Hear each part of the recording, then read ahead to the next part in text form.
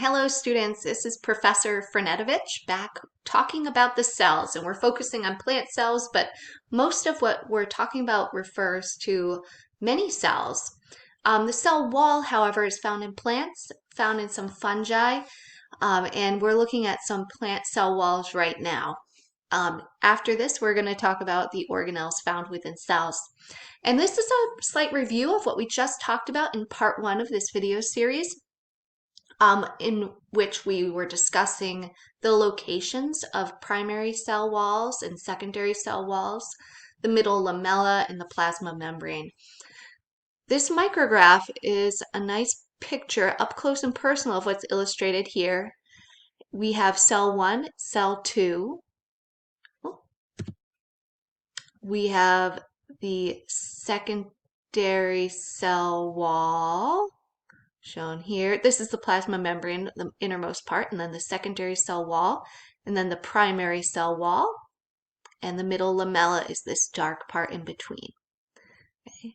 Over here we have the primary cell wall, secondary cell wall, and cell membrane. So it forms a bit of a sandwich here in between the cells. Cells with secondary cell walls give strength to the plant. Many cells with secondary cell walls actually die, and this leaves an open area with just the cell walls around.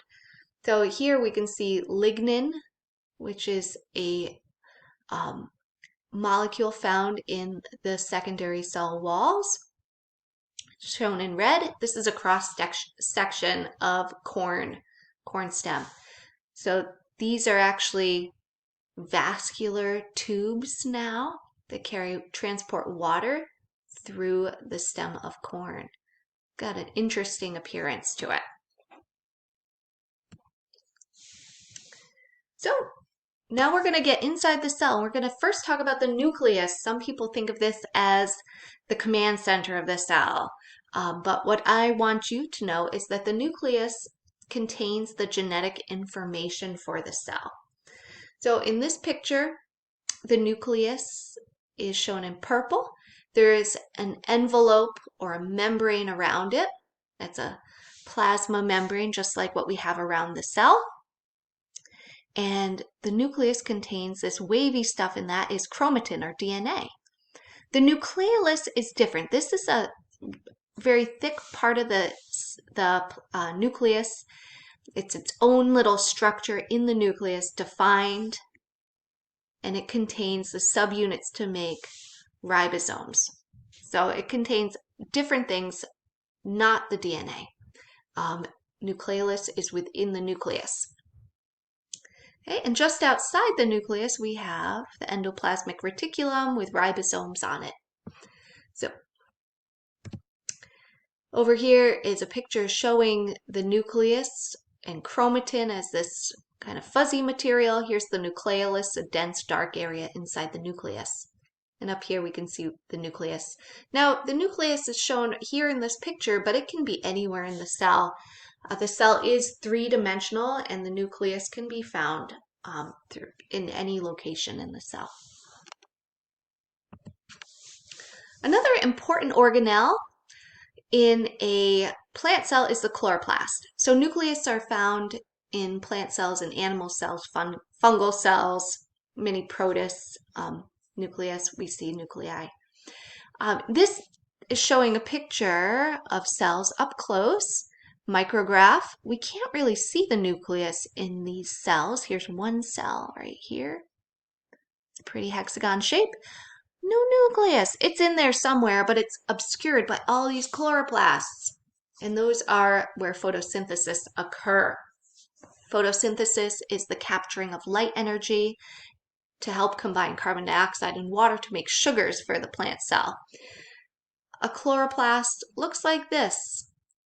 When we get down to it, there's an outer membrane, which is smooth, and then an inner membrane, which looks smooth in this picture, but it's actually folded up in areas to form these thylakoids, these stacks of inner membranes. The thylakoids are what have the chlorophyll on them. Chlorophyll is the pigment molecule found in a chloroplast. and the thylakoids are surrounded by a jelly-like substance called stroma. Plant cells can have a few chloroplasts or it can have many, many chloroplasts. It depends on the cell.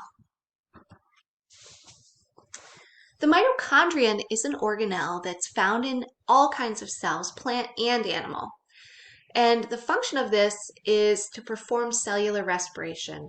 So all the sugars that are made by the chloroplast can be either stored for later use or they can be used for energy. And so the mitochondria's job is to break down sugars so that the cell can get ATP, which is a chemical form of energy for the cell. So the mitochondria and chloroplasts have opposite jobs. We don't have chloroplasts, but the plants do. Plants have chloroplasts and mitochondria. They can make their own food and break it down. We can't make our own food because we don't have chloroplasts, but we consume food and we break it down through mitochondria. So mitochondria are found in cells. There's usually many mitochondria in a cell. The more mitochondria a cell has, the more efficient that cell can be at breaking down sugars for energy. So if you think about your activity level, your own personal activity level, if you're very active, your cells likely have lots of mitochondria because they've responded to that activity level by making more mitochondria so you can have more energy. If you are more sedentary and don't exercise a lot, your cells don't need a lot of mitochondria, so you have less. We could actually take measurements and count the number of mitochondria in our cells. So a mitochondria looks like this. It does have some similarities in structure to a chloroplast. It has a smooth outer membrane and an inner membrane which is folded. The folds of the inner membrane of the mitochondria are called cristae. Remember, it was thylakoids in the chloroplast, cristae in the mitochondria. And these folds have proteins attached to them.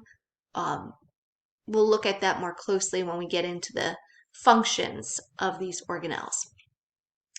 Then inside, we have what's called the matrix, and that's the jelly-like substance found within a mitochondrion. It's analogous to the stroma of a chloroplast. This is an electron micrograph of a mitochondria cut in half, and the lines that you see going across are the cristae.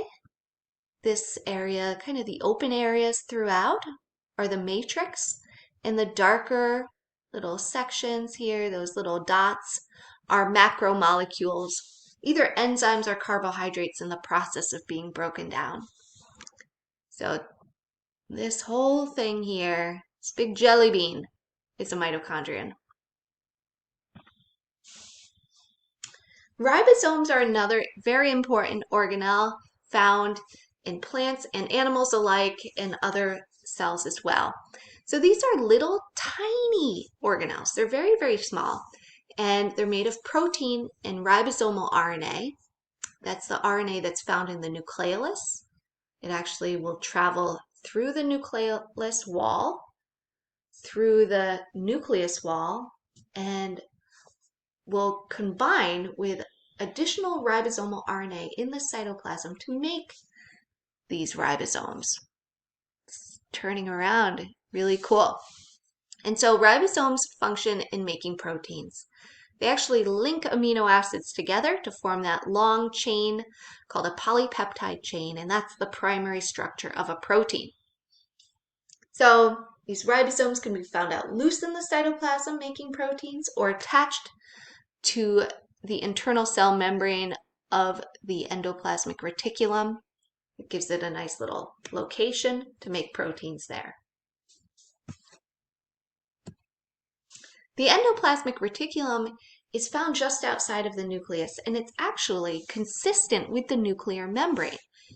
This picture, if you look closely at it, we have the nuclear envelope or nuclear membrane, same thing, wrapped around the nucleus. Nucleus would be in here, and that membrane is connected to the membrane of the endoplasmic reticulum. Okay.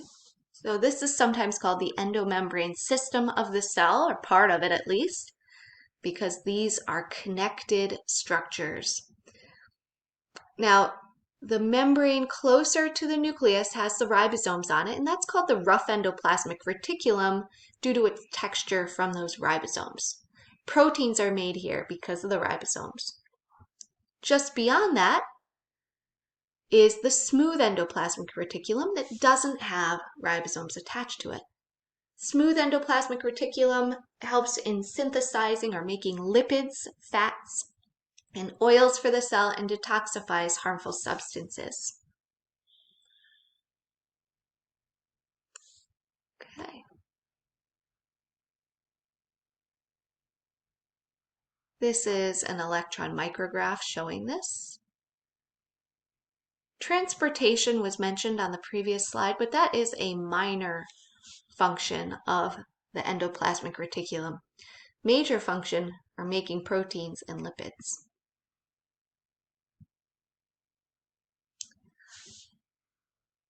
It may be hard to stretch your imagination this way, but the endomembrane system of the cell also includes the Golgi apparatus, which isn't exactly connected the way that the endoplasmic reticulum is connected to the nucleus.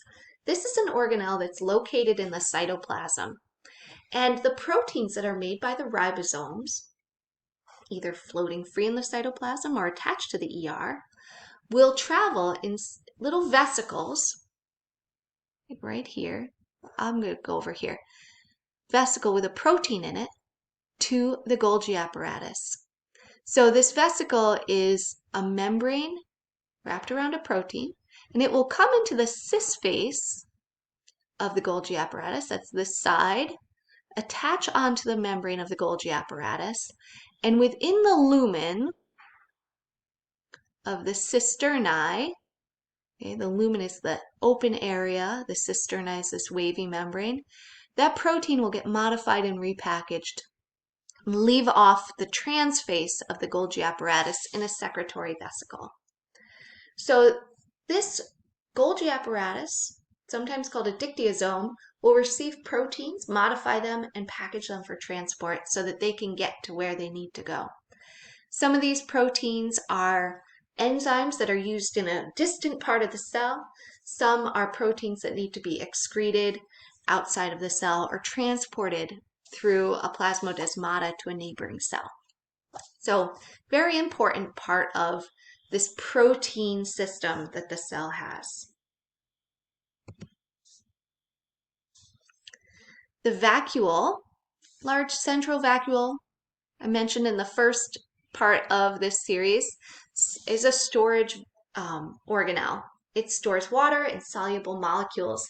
It maintains turgor pressure inside the cell, which helps the cell to stay upright and rigid. It's like a big water balloon.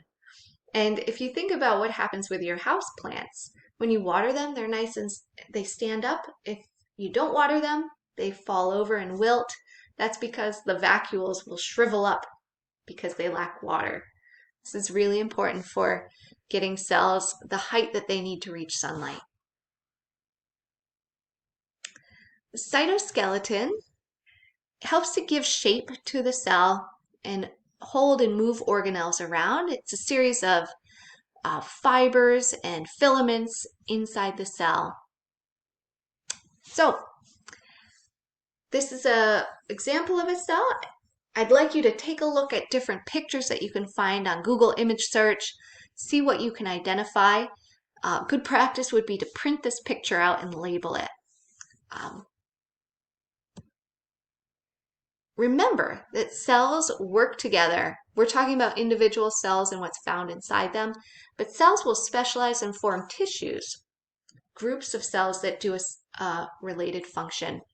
And so we're going to talk about tissues coming up soon.